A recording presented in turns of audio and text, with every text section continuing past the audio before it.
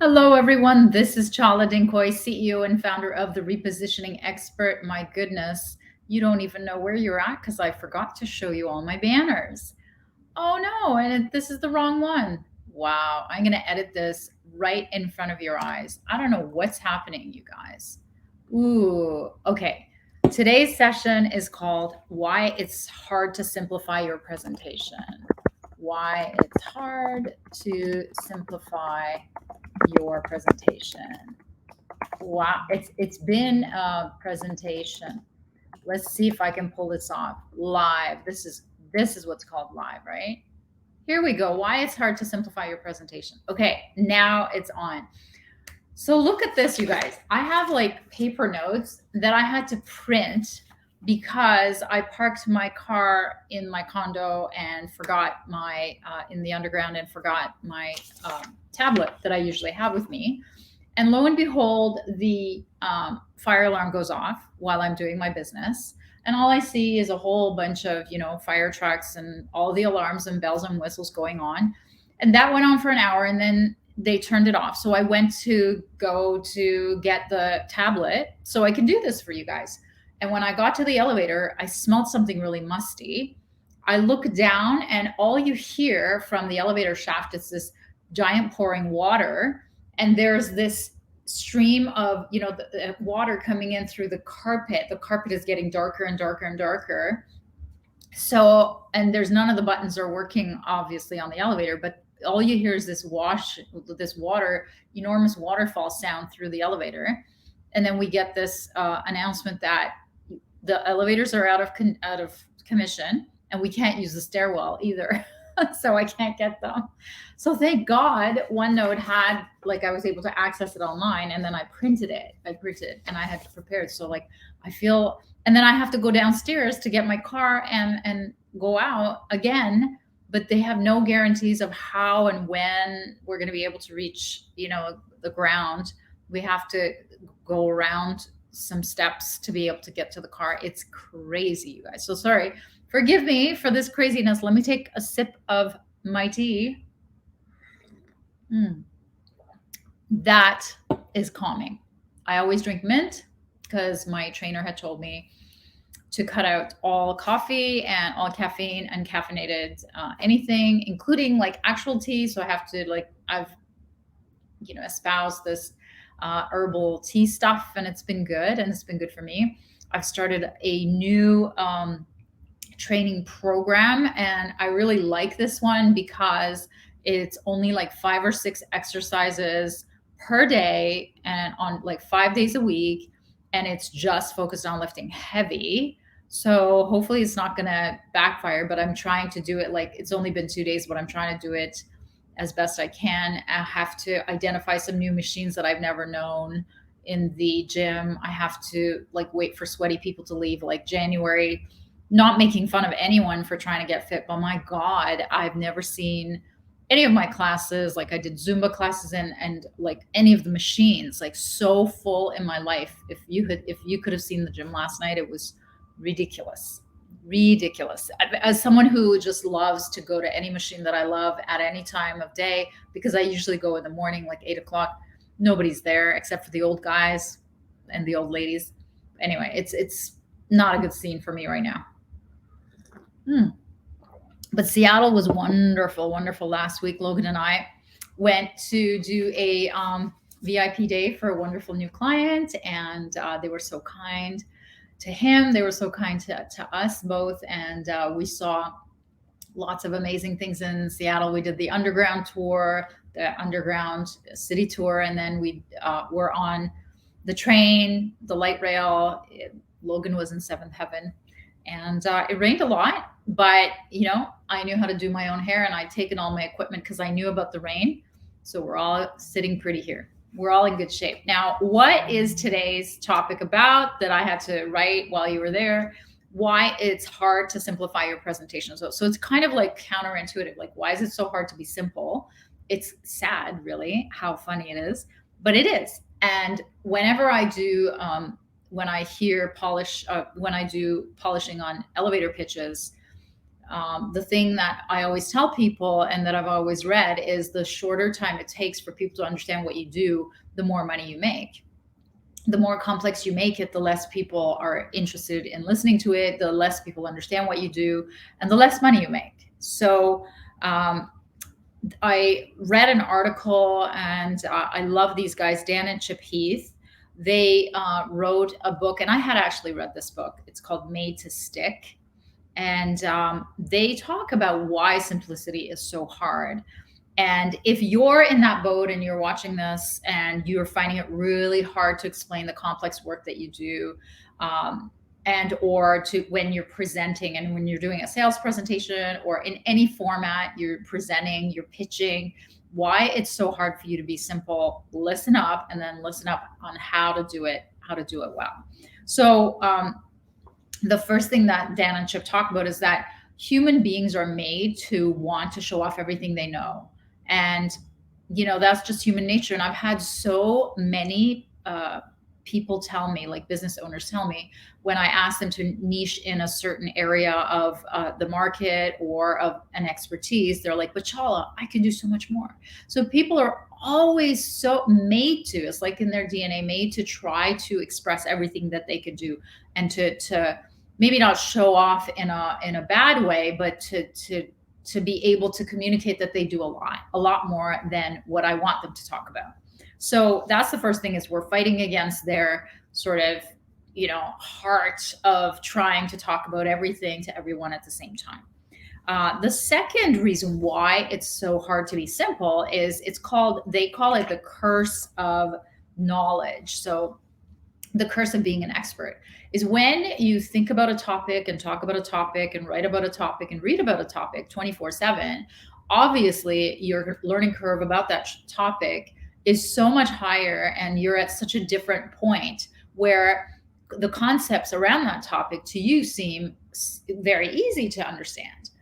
And so when you go on and on and on about it to people who are not as versed, who have not spent as much time in that world, you don't seem simple. So that is the curse of knowledge, is you know too much. You know too much and you can't dumb it down for other people to understand.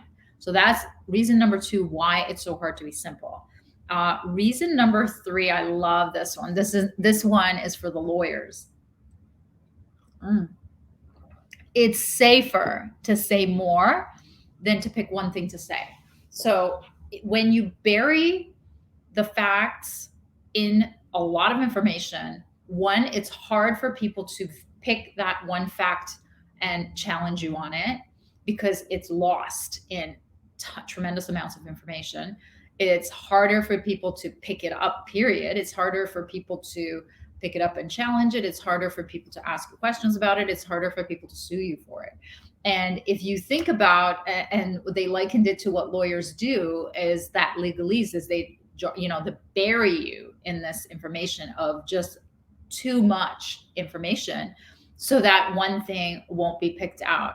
And that's the same with people who are unclear about what to say, how to explain what they do, how to explain their products or services, because what they think is by trying to give a lot of information that the person who's listening will naturally pick that out for themselves. And it's not true.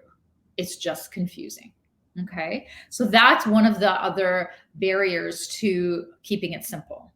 Another one is, oh, I love this one. They call it the big ego. Well, I call it the big ego. They talk about how, and I call it like people being in love with the sound of their own voice. It's just people just love to, some people, I mean, a lot of people love to expound on their thoughts and their beliefs and their views and their knowledge. They just love to spout, they just love to talk. And so that also gets in the way of simplifying something, right? So, how do you simplify? How do you simplify? What are some of the tips and tricks? And so the first one, and like I'm looking at my notes here. How do you simplify when you're presenting? Okay. So the number one thing is to keep it short. Keep Not, I mean, any kind of presentation you're doing, if you're presenting an actual PowerPoint presentation, if you're presenting yourself by doing an elevator pitch, always keep it short. Keep it as short as you can, because then that allows for more discussion. So when I do presentations and when I ask my clients to do, especially sales presentations, because we only do in marketing and sales, we only do persuasive and sales presentations. And the bigger value is in the discussion, and the actual slides are just talking points, like, points to then jump off of. They're jumping off points. That's what I meant to say. So the first thing is keep it short, because here's what you're doing. You're doing a disservice to busy people by trapping them in this presentation where they've given you the gift of their attention, but you're trapping them. So they've given you the microphone, but if you trap them in and keep them as a slave to you, to that time that they've given you, you're not going to get anything out of them. So keep it simple, keep it short. Okay. Number two way of keeping it simple is drop the jargon. Now, I often want your messaging, my clients' messaging, to be along the lines of the industry jargon, which then allows them to think that you know what they're working through. You understand the actual, industry. You've been in it. You have some experience. I'm all totally on the side of that. But in case there are people in the presentation who are influencers or check signers, or who may refer you, you need to drop the jargon and talk about the simple ideas. So simplify, simplify, simplify. Keep it short, keep it jargon free. Number three way to simplify your presentations is stop the death by slide, as I call it. And as this article called it, a slideument. Don't give us a slideument, which is a slide document. It's like, don't give us the leave behind as the presentation. Like, thank you for giving me the leave behind, but where is the actual presentation, right? So there's a big difference between a leave behind document that has like very text heavy, words, versus a persuasive performance. When you're presenting to sell or persuade, you're performing, you're educating, you're entertaining, you're edutaining. I love these mash words. So please don't do death by slide. Don't have, way too many slides. Again, keep it short, keep it simple, keep it free of jargon. Okay, number four thing to do to simplify it is pick one overall message per slide, per PowerPoint slide. And so, for example, on mine, no matter what I do, everything dials back to this one message is niche. Please pick a niche. Please niche. Niching makes you more money. That is my message. And so pick one for the overall presentation. What is it that you want? If they can remember nothing else when they go to the, back to their desks, or when they go to the parking lot to get into their car after hearing you, what is the one message you want them to remember? And then picking back on that, number five on how to simplify your presentations is pick one message per slide. Okay. So for example, I've got, one slide is focus on one industry. So, one of my slides, the point is pick one industry. So pick one message per slide, one message for the whole presentation. And then the last one is, I love this, and I actually tried it. Pick one number to talk about per slide. So whatever the point is. So I'll give you an example. One of my clients that I talk about in my presentations made $805,000 from picking a niche in one industry in 2 months. So the number is 805,000, and try the font 190. So that's what they're recommending in this article. And I actually tried it. I tried the 190. And I put the numbers 805, and it literally just goes all the way across. And it goes, I did $805,000 from one niche is what I wrote, from one super niche, what I wrote in small, subtitle underneath. So if you can do your presentation like this, that's what I want you to, that's what I've said. Challenge yourself to write a whole new presentation and throw out the old presentation and challenge yourself to write a whole new presentation. And I'm almost scared to do this because like I have, that's what I wanted to talk to you about is I have a masterclass coming up, my first this year. It is a doozy. I find myself talking about this presentation and referring back to this. I had done this, I think it's 2017 sometime, but it's a really good one. And it's called the 5 Closing Mistakes That Prolong the Sales Process. And I find myself talking about the elements of all the 5 different closing mistakes that my clients are doing or they do before they meet me. I find myself opening up this presentation over and over again and showing it to them. So I thought, why not show you how to do the same? And it's on Thursday, January the 19th. It's noon Eastern. It is an hour.